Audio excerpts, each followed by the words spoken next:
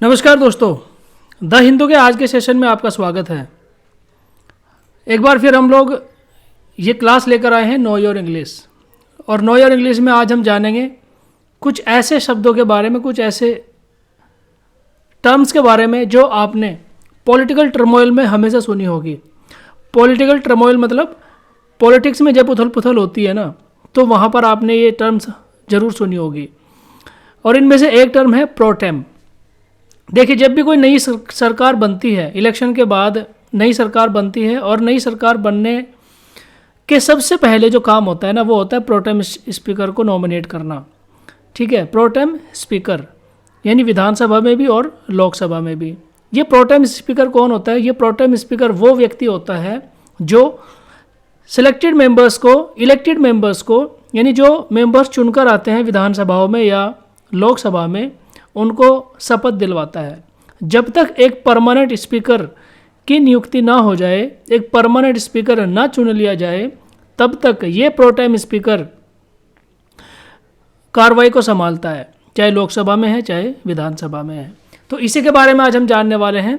यहाँ पर लिखा है कि what is the meaning of pro tem. ठीक है ना, प्रोटेम वर्ड क्या है? प्रोटेम। तो प्रोटेम का क्या मतलब है वो आज हम यहाँ जानने वाले हैं। Now but only for a short time. Pro tem का मतलब होता है केवल और केवल शॉर्ट टाइम के लिए, बहुत ही कम समय के लिए। For the present only. Protem is a contraction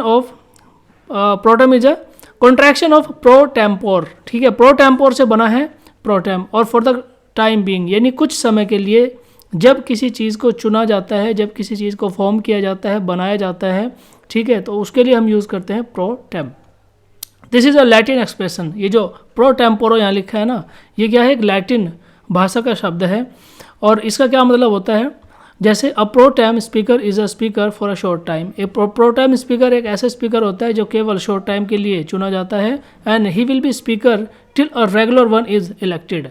कब तक है, कब तक रहेगा ये प्रो टेम स्पीकर? जब तक कि रेगुलर स्पीकर ना इलेक्ट कर लिया जाए। ठीक है, the O is pronounce like the O. ये तो आगे प्रोनाउंसिएशन की बात कही गई है। तो प्रोटेम का मतलब यहाँ पर हुआ कि शॉर्ट टाइम के लिए, छोटे समय के लिए, कम समय के लिए एक ऐसे व्यक्ति को चुना जाता है जो कार्रवाई है, जब तक कि रेगुलर स्पीकर को या रेगुलर आदमी को उस सीट पर, उस गद्दे पर ना बैठा दिया जाए, तब तक उसकी कार्रवाई को संभालता है। ठीक है, इसका बहुत अच्छा एग्जाम्पल मैंने आपको लोकसभा का दिया। ठीक है, लोकसभा के अंदर इस प्रकार से प्रोटेम स्पीकर रखा जाता है। और विधानसभा के अंदर भी, ठीक है, विधानसभा के अंदर भी इसी प्रकार से प्रोटेम स्पीकर इलेक्ट किया जाता है। फिर उसके बाद क्या होता है? उसके बाद जब तक रेगुलर स्पीकर की नियुक्ति ना हो जाए, जब तक रेगुलर स्पीकर को इलेक्ट ना कर लिया जाए, तब तक यही कार्रवाई को संभालता है। और कार्रवाई भी किस प्रकार की होती है लोकसभा राज्यसभा में? ठीक है, लोकसभा राज्यसभा में यानी जो नए मेंबर चुनकर आए हैं उनको शपथ दिलवाना, उसकी कार्रवाई यानी लोकसभा राज्यसभा की कार्रवाई को आगे बढ़ाना, यही उसका काम होता है। ठीक है, शॉर्ट टाइम के लिए। प्रोटेम मतलब शॉर्ट टाइम के लिए इलेक्ट करना। ओके, नेक्स्ट आगे चलते हैं। यहाँ पर लिख रहा है कि व्हाट इज, ये किस चीज़ का? Wants to know the meaning of I am in his bad books. ठीक है, I am in his bad books, या फिर आप कह लीजिए I am in his good book. ठीक है, गुड बुक और बैड बुक।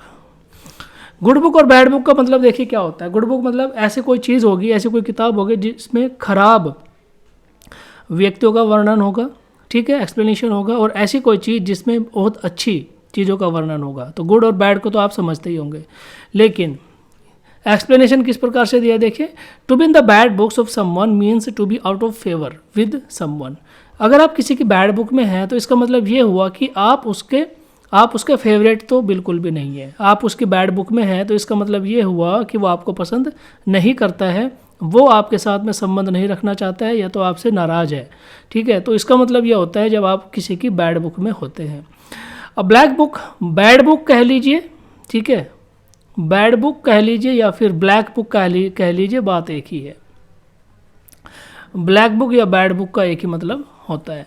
ठीक है, तो अ black book was originally a book which contain the names of those who were in disgrace और मेरिटेड पनिशमेंट। यानी ब्लैक बुक एक ऐसी किताब थी, जब इसकी शुरुआत हुई, एक ऐसी किताब थी जिसके अंदर डिसग्रेस यानी ऐसे लोगों को रखा गया था, ऐसे लोगों का नाम उसके अंदर लिस्टेड था जिनको पनिश किया गया था कि कभी ना कभी किसी न किसी गलती के लिए, ठीक है। तो वहीं से ये वर्ड निकल कर आया है bad book. If someone is in your bad book, इसका मतलब ये हुआ कि आप उसको पसंद नहीं करते हैं, और अगर कोई आपकी गुड बुक में है तो इसका मतलब ये हुआ कि आपके नज़रों में उस व्यक्ति की जो इज्जत है, उस व्यक्ति की जो कैरेक्टर बिल्डिंग है, उस व्यक्ति की जो छवि है वो अच्छी है।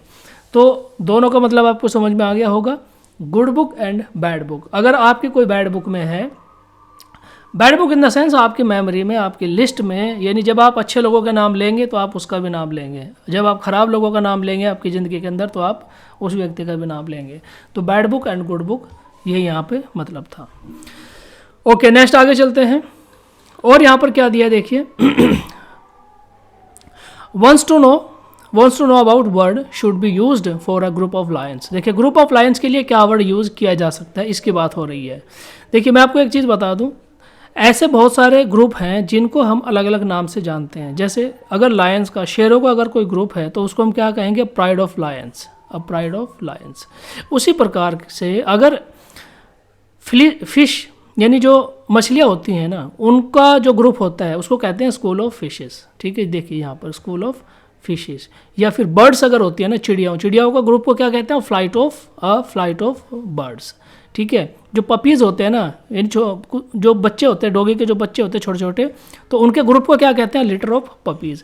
यानी बहुत सारे अगर मान लो एक जगह पर बैठे हैं ना, बहुत सारे एक जगह पर हैं, ठीक है, ग्रुप बना रखा है, तो इसी को कहते हैं प्राइड ऑफ लायन। अगर शेरों का झुंड है तो प्राइड ऑफ लायन, अगर मछलियों का झुंड है तो स्कूल ऑफ फिश, ठीक है। और अगर पपीज़ का ग्रुप है, पपीज़ का झुंड है तो उसको हम कहेंगे लिटर ऑफ पपीज़। और अगर मधुमक्खियों का झुंड है तो उसको हम कहेंगे अ स्वॉर्म ऑफ बीज। इसको आप ध्यान से देखिएगा, ये बहुत ही इंटरेस्टिंग है, ठीक है। मैक्सिमम लोगों को ये बात नहीं पता होती, तो आज आप इसको जान लीजिए कि पपीज़ के ग्रुप को क्या कहते हैं, litre of puppies. And fish के ग्रुप को क्या कहते हैं, स्कूल, या फिर ये थे शॉल भी दिया है और स्कूल भी दिया है। आप कह सकते हैं अ स्कूल ऑफ फिश या फिर अ शॉल ऑफ फिश। और अगर मधुमक्खियों का झुंड है, ग्रुप है, तो उसको आप क्या कहेंगे, अ वॉर्म ऑफ बीज, ठीक है। अ थ्रॉन्ग ऑफ पीपल, अगर लोगों का झुंड है तो उसको आप थ्रॉन्ग ऑफ पीपल कह सकते हैं। अगर कैटल्स हैं, ठीक है, कैटल्स के जो ग्रुप है अगर उसको आप क्या कहेंगे, अ हर्ड या ड्रॉव ऑफ कैटल। कैटल मतलब कौन होता है, कैटल मतलब जानवर, जो भैंस, गाय भैंस वो जो होती है ना, उनका जो ग्रुप होता है उसको हम क्या कहते हैं, अ हर्ड ऑफ कैटल्स, ठीक है। और गर्ल्स के झुंड को क्या कहते हैं, देखिए अ बीवी ऑफ गर्ल्स, ठीक है। और शीप जो होते हैं ना, भेड़ों के झुंड को क्या कहते हैं, अ फ्लॉक ऑफ शीप। तो इस प्रकार से कुछ ग्रुप यहाँ पे दिए गए हैं, कुछ को आप गूगल कर लीजिए, ठीक है। जो आपके दिमाग में आए कि यार इसके ग्रुप को क्या कहते हैं, तो उसको आप गूगल कर लीजिए, वो आपके सामने आ जाएगा। कुछ यहाँ पे यानी एक ट्रिगर मैंने आपको दिया है कि अगर आप ये जानना चाहें कि यार इस पर्टिकुलर ग्रुप के झुंड को, इस पर्टिकुलर चीज़ के झुंड को क्या कहेंगे, तो कुछ तो मैंने आपको यहाँ बता दिया, कुछ आप गूगल भी कर सकते हैं, ठीक है। तो इस प्रकार से ये थे आज के हमारा। ओके, लास्ट टॉपिक हमारा बचा है वर्ड ऑफ द डे।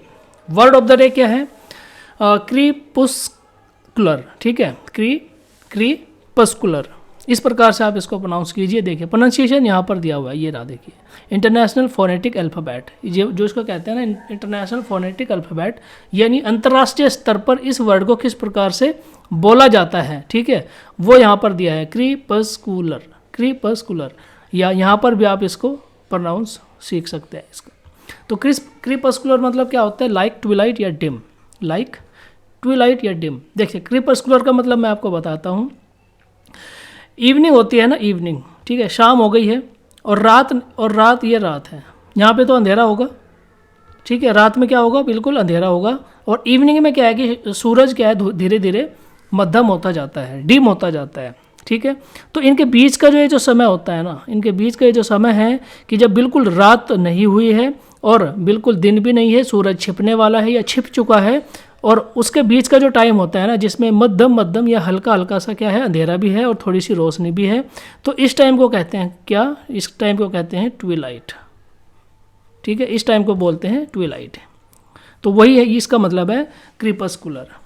इसके सिनोनिम्स देख लीजिए क्या है, फॉल, डस्क या नाइटफॉल। ठीक है, यूसेज कैसे करेंगे, I was admiring the evening's crepuscular charm, यानी शाम यानी क्रीपस्कुलर चार्म, इवनिंग का जो चार्म है ना, इवनिंग का जो क्रीपस्कुलर चार्म है उसको क्या कर रहा है कि आई वॉज एडमायरिंग, मैं एडमायर कर रहा था यानी मैं तारीफ़ कर रहा था इवनिंग क्रीपस्कुलर चार्म की।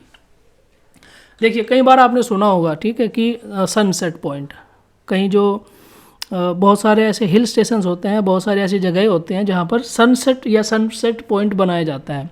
ठीक है, जो ट्रैवलर्स होते हैं, जो घूमने के लिए लोग जाते हैं, उनके लिए इस तरह की जगह बनाई जाती है, हिल एरिया में ख़ास तौर पर बनाई जाती है, या समंदर के किनारे का भी आप जाकर देखें। ठीक है, तो सनसेट पॉइंट यानी जब सूरज डूब रहा होता है, बिल्कुल अंधेरा नहीं हुआ है और सूरज डूब गया है, तो उसके बीच का जो टाइम होता है ना, उसको कहते हैं क्रीपस्कुलर या ट्विलाइट या फिर ये जो यहाँ पर दे रखे हैं फॉल, डस्क या नाइटफॉल, ये इसके क्या है, सिनोनिम्स हैं।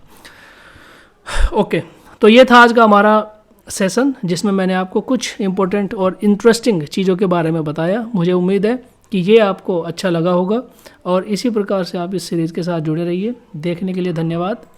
जय हिंद।